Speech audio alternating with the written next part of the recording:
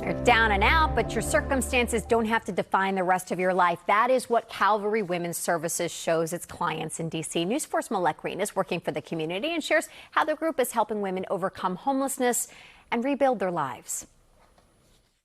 And here to talk about all of that in the studio, Miss Denise Duncan, one of the clients on a journey to reach her full destiny. We also have Kristine Thompson, the group's CEO. Thank you both for being here. Thank you. I'm excited to talk to you, Denise.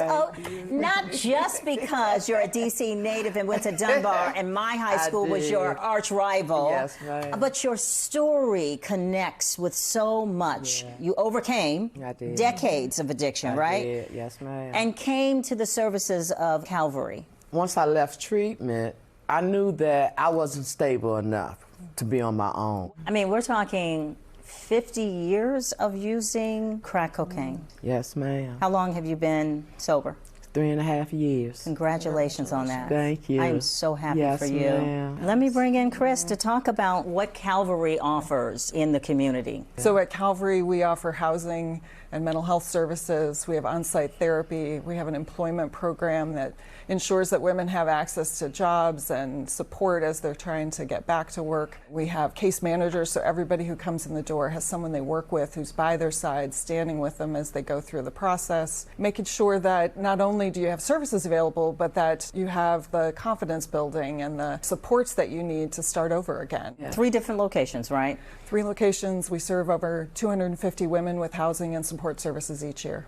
Listen, that Marionberry Avenue location was in the news not too long ago because of the gas explosion that happened, right? And Miss Denise, you were there when it all happened. I was there when it all happened. Oh my goodness. You heard the boom. I heard the boom. Felt it too. You felt it too. I'm so glad you made it out of there. I am too. So how have you bounced back? Yeah, it took us about 6 months to get the building put back together and move women back in. There was water damage and smoke damage. There were windows blown out. So it was a huge mess. Our neighbors in Anacostia were a huge support in ensuring that women were safe. We raised about $500,000 to support the rebuild on the building, and so 6 months later women moved back in, staff moved back in, and we've been serving 100 women in that housing site each year. That is wonderful. Denise, you're not ashamed of telling your story. How are your relationships with important people in your life? I have 5 children and 15 grandchildren. Wow. They really are happy for me. I thought, and they thought,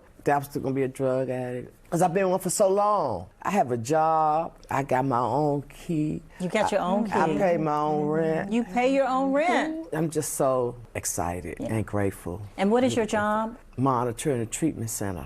So you can really tell people, you know, hey, look at my story. Yes. It can be your story. Yes. Chris, what do you need from the community? We need the city, the community, the supporters of Calvary to step up again, to be with us as volunteers, as financial supporters. They can find us on our website where you can see all the ways that you can connect with this organization, be engaged with women like Denise, and know that you're making a real difference in your community by supporting women who are rebuilding their own lives, making whatever changes they need to make for themselves. Chris, Denise, thank you so much for sharing your story. Yes, ma'am. And I wish you all the very best in the future. All right. Yes, so for more information on Calvary Women's Services, visit their website, calvaryservices.org. Thank you both. Thank you.